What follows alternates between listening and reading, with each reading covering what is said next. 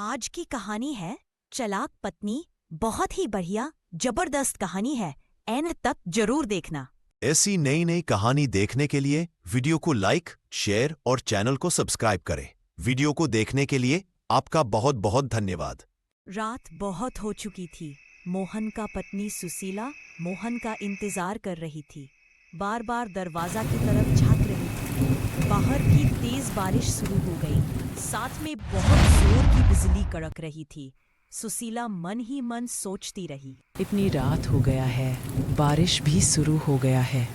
पता नहीं ये आने में इतना देर क्यों कर रहे हैं। कोई मुसीबत में फंस तो नहीं गए हैं। नहीं नहीं, मैं भी ना क्या सोचती रहती हूँ। सुशीला की सोच खत्म ही नहीं हुआ होगा। तभी मोहन का आवाज सुनाई देता है। तुम भी ना सुशीला बहुत सोचती रहती हो। मैं कोई बच्चा थोड़ी ना हूँ। मैं जानता था तुम परेशान हो रही हो। लो जी, सुनो जी, ये क्या बात हुई फिर? तुम नहीं समझोगे। तुम मेरे जगह होते तो ऐसा नहीं बोलते। मुझे इसी तरह डांटते रहोगे या फिर खाना फाना खिलाओगे भी? जल्दी से खाना लगाओ, बड़ी जोर की भूख लगी है। चलो साथ में ही खाना खाते हैं। फिर सुशीला खाना लाने रसोई में चली जाती है। खाना लाके मोहन को परोसने वाली थी, तभी अचानक से किसी का आवाज सुनाई देता है। घर में कोई है क्या? मेरी मदद करो, मुझे कुछ खाने को दे दो। बहुत समय से कुछ खाई नहीं हूँ। कृपा करके कुछ खाने को दे दो। भगवान आपका भला करेगा। घर में कोई है क्या? मेरी मदद करो, मेरी मदद करो। एक अनजान औरत का दर्द भरा आवाज सुनकर मोहन सुशीला से बोलता है। इतनी रात गए बारिश में कौन औरत इतनी जोर की आवाज में खाना मांग रही है? इसी टाइम एक अनजान औरत के लिए दरवाजा खोलना क्या सही रहेगा? मुझे तो बहुत डर लग रहा है। तुम क्या कहते हो? तभी सुशीला बोलती है। शायद वो सच में खाना मांग रही होगी। चलो जाके देखते हैं क्या बात है। दोनों बाहर आके देखते हैं कि एक सुंदर सी औरत घर के बाहर खड़ा हुआ है। ऐसा लगता है कि वो कोई राजघराना की है। मोहन फिर कहता है, तुम तो दिखने में कोई राजघराने की लग रही हो। फिर ऐसी क्या बात हो गई कि तुम्हें खाना मांगना पड़ रहा है? शायद कोई मजबूरी होगी, नहीं तो ऐसा कौन करता है। तो बताओ, इतनी रात गए बारिश में तुम यहाँ क्या कर रही हो? हाँ बहन, मैं बड़ी मुसीबत में फंस गई हूँ। मैं और मेरी सहेली यहाँ पास की जंगल में घूमने आए थे, पर मेरी सहेली गिरकर घायल हो गई। अब वो पीड़ा और भूख की वजह से मर जाएगी। इसीलिए मुझे कुछ खाना और मेरी सहेली को बचाने में कुछ मदद कर दे तो आपका बड़ी मेहरबानी होगी। ना बाबा ना, इसी टाइम पर जंगल को ऊपर से ये बारिश मुझसे ना हो पाएगा। तभी सुशीला बोलती, ये क्या कहते हो जी? मुसीबत में फंसा हुआ को मदद करना अच्छी बात होती है। पहले से ये एक औरत है, इतनी बारिश में ये क्या करेगी? कहाँ जाएगी मदद के लिए? जाके देखो क्या बात है। सुशीला की कहने से मोहन फिर वो औरत के साथ जाने को राजी हो जाता है। मोहन उस औरत के पीछे पीछे जंगल की ओर निकल पड़ता है। रास्ते में मोहन मन ही मन सोचता है, ना जाने ये औरत कौन है? सच में ये कोई मुसीबत में है या फिर मुझे ही मुसीबत में डालने वाली है? कहाँ आकर फंस गया यार। ऊपर से ये बारिश थमने की नाम भी नहीं ले रहा है। फिर मोहन बार बार उस औरत से पूछता रहता है, कहाँ है तुम्हारी सहेली और कितना दूर चलना होगा? कहीं तुम नाटक तो कर नहीं रही हो? सच सच बताओ, तुम कौन हो? तुम्हारा इरादा क्या है? नहीं भैया, मैं क्यों नाटक करूं? बस अब थोड़ी दूर और बाकी है।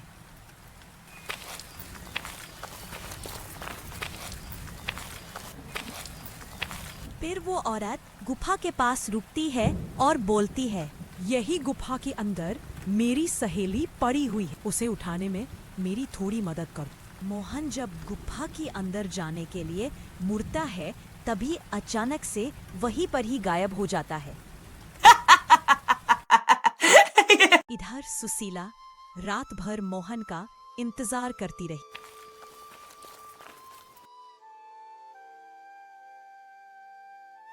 पर मोहन घर वापस नहीं आया। सुबह होते ही सुशीला मोहन को ढूंढने के लिए जंगल की ओर निकल पड़ती है। जंगल में ढूंढते ढूंढते सुशीला थक जाती है, पर मोहन उसे कहीं पर भी नहीं मिला। फिर वो एक पेड़ के नीचे बैठकर फूट-फूट कर रोने लगी। तभी अचानक से एक साधु की मंत्र उच्चारण की आवाज उसकी कानों में सुनाई पड़ती है। ओम नमः शिवाय, ओम नमः शिवाय, ओम नमः शिवाय, ओम नमः शिवाय, ओम नमः शिवाय, ओम नमः शिवाय। फिर वो आवाज का पीछा करते हुए साधु के पास पहुंच जाती है। साधु को विनम्रता के साथ प्रणाम करती है और मोहन के बारे में पूछती है। हे साधु महात्मा, मेरे पति कल रात को एक अनजान औरत को मदद करने के लिए जंगल को आए थे, पर अभी तक घर नहीं लौटे हैं। मैं भी उन्हें ढूंढते ढूंढते थक गई हूँ, पर वो कहीं नहीं मिले। क्या आप कृपा करके उनके बारे में बता सकते हैं? बेटी, तुम्हारा पति एक चुड़ैल की कब्जे में है। आने वाला पूर्णिमा के दिन वो तुम्हारी पति को बलि देकर पूरी तरह हमारी राज्य की रानी के रूप में परिवर्तित होकर हमारी राजा के साथ रहना चाहती है। इसीलिए वो चुड़ैल तुम्हारी पति को ले गया है। साधु महाराज जी, मैं अपनी पति को कैसे वो चुड़ैल की कब्जे से बचाऊं? कृपा करके कोई उपाय बताइए, मैं आपका बहुत आभारी रहूंगी।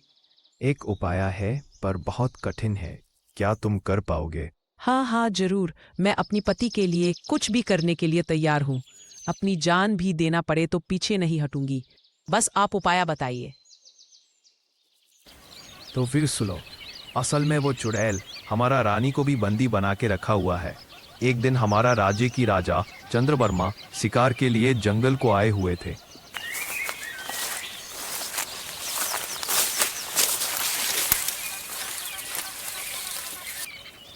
थके होकर एक पेड़ के नीचे बैठ गए। उसी पेड़ पर वो चुड़ैल बैठा हुआ था।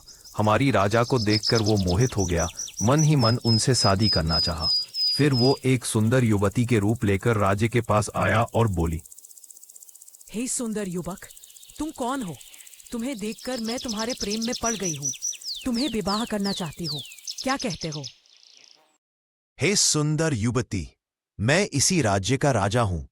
तुम सच में बहुत सुंदर हो, पर मुझे माफ करना। मैं शादीशुदा हूं और मैं अपनी पत्नी से बहुत प्यार करता हूं। इसीलिए मैं तुम्हें पत्नी के रूप में ग्रहण नहीं कर सकता। राजा की बात सुनकर चुड़ैल गुस्सा हो जाती है। एक दिन राजा किसी काम से राजमहल के बाहर गए हुए थे। इसी का फायदा उठा के वो चुड़ैल राजा का रूप धारण करके रानी के पास जाती है।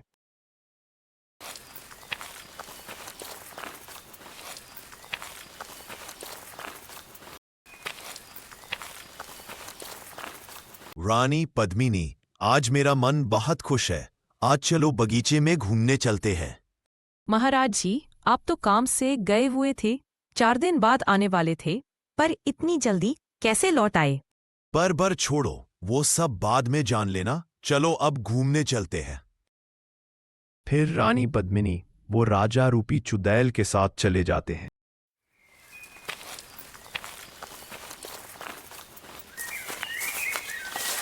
बगीचे में जाते ही चुड़ैल अपनी असली रूप में आ जाती है। रानी को एक पत्थर बनाकर अपनी साथ लेकर जंगल को चली आती है।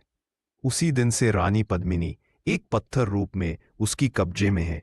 वो चुड़ैल अब रानी पद्मिनी के रूप धारण करके राजमहल में महाराज के साथ रहती है, पर वो ज्यादा समय रानी के रूप में नहीं रह सकता। इसीलिए वो पूर्णिमा के दिन तुम्हारे पति का बलि देकर हमेशा हमेशा के लिए रानी का रूप धारण कर लेगा और रानी पद्मिनी भी उसी दिन मर जाएंगी। उसे हराने की एक उपाय है। यदि महाराज वो रानी रूपी पत्थर को छू लेंगे, उसी समय फिर से रानी पद्मिनी अपनी असली रूप में आ जाएंगी। उसी गुम्फा में छुपा एक खंजर की मदद से वो चुड़ैल को मार देंगे, तो फिर तुम्हारा पति चुड़ैल की कब्जे से निकल पाएंगे। ये सब सुनते ही सुशीला बहुत डर जाती है। तभी सुशीला बोलती है, चाहे जो भी हो, मुझे महाराज के पास जाके सब सच सच बताना होगा। मेरे पति के साथ साथ रानी पद्मिनी की जान भी मुसीबत में है। मुझे जल्दी से कुछ न कुछ करना होगा। नहीं तो वो चुड़ैल सब कुछ खत्म कर देगा। साधु के पास से सुशीला सीधा राजमहल की तरफ निकल पड़ा।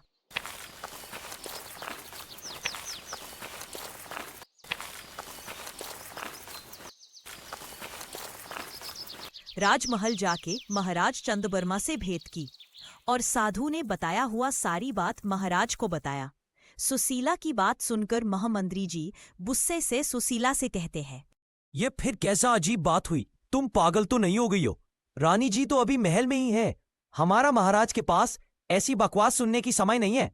जल्दी से चले जाओ यहाँ से, नहीं तो सिपाही बुलाकर धक्के मारकर महल से निकाल दूंगा। चुप करो महामंत्री जी, ये हमारी प्रजा है, उनकी बात सुनना हमारी कर्तव्य है। शायद ये ठीक कह रही हो। मैं भी कुछ दिनों से रानी को लेकर चिंतित हूं।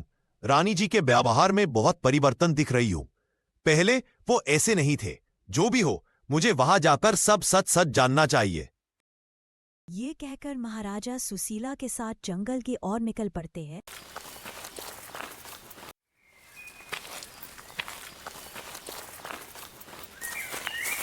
वहां जाकर देखते हैं कि वो चुड़ैल पत्थर के पास बैठकर कुछ फुसफुसा रहा है। कुछ टाइम बाद चुड़ैल वो पत्थर की तरफ इशारे करते हुआ कहती है, बस अब एक दिन, उसके बाद मैं पूरी तरह रानी पद्मिनी बन जाऊंगी और तुझे मौत की घाट उतार दूंगी। ऐसे कहते ही वो फिर से महारानी की रूप धारण कर लेती है और वहां से चली जाती है। चुड़ैल की जाने के बाद महाराजा और सुशीला पत्थर के पास आते ही तुरंत महाराजा वो पत्थर को छू लेते हैं। पत्थर को छूने के बाद वो पत्थर रानी में बदल जाती है। फिर रानी रोते हुए महाराजा से बोलते हैं, महाराजा जी, आपका बहुत बहुत शुक्रिया मेरी जान ये चुड़ैल से बचाने के लिए। मैं जानती थी आप मुझे बचाने जरूर आएंगे। हाँ, रानी पद्मिनी, मैं तुम्हें बहुत प्रेम करता हूं। तुम्हें बचाने के लिए कैसे नहीं आता। वैसे ही मैं अपनी प्रजा से भी बहुत प्रेम करता हूं। अपनी प्रजा का भी जीवन सुरक्षित करना और वो चुड़ैल को भी मारना मेरा दायित्व है। चलो वो खंजर को जल्दी से ढूंढते हैं। फिर सब मिलकर वो खंजर को ढूंढने में लग जाते हैं।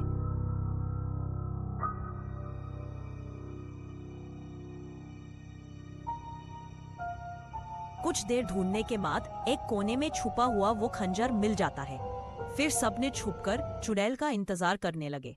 जैसे ही चुड़ैल गुम्फा के अंदर आती है, वैसे ही महाराजा वो खंजर चुड़ैल के अंदर घुसा देते हैं। वहीं पर चुड़ैल मरकर गायब हो जाती है। मोहन भी होश में आ जाता है। फिर सब हंसी खुशी घर को लौटते हैं।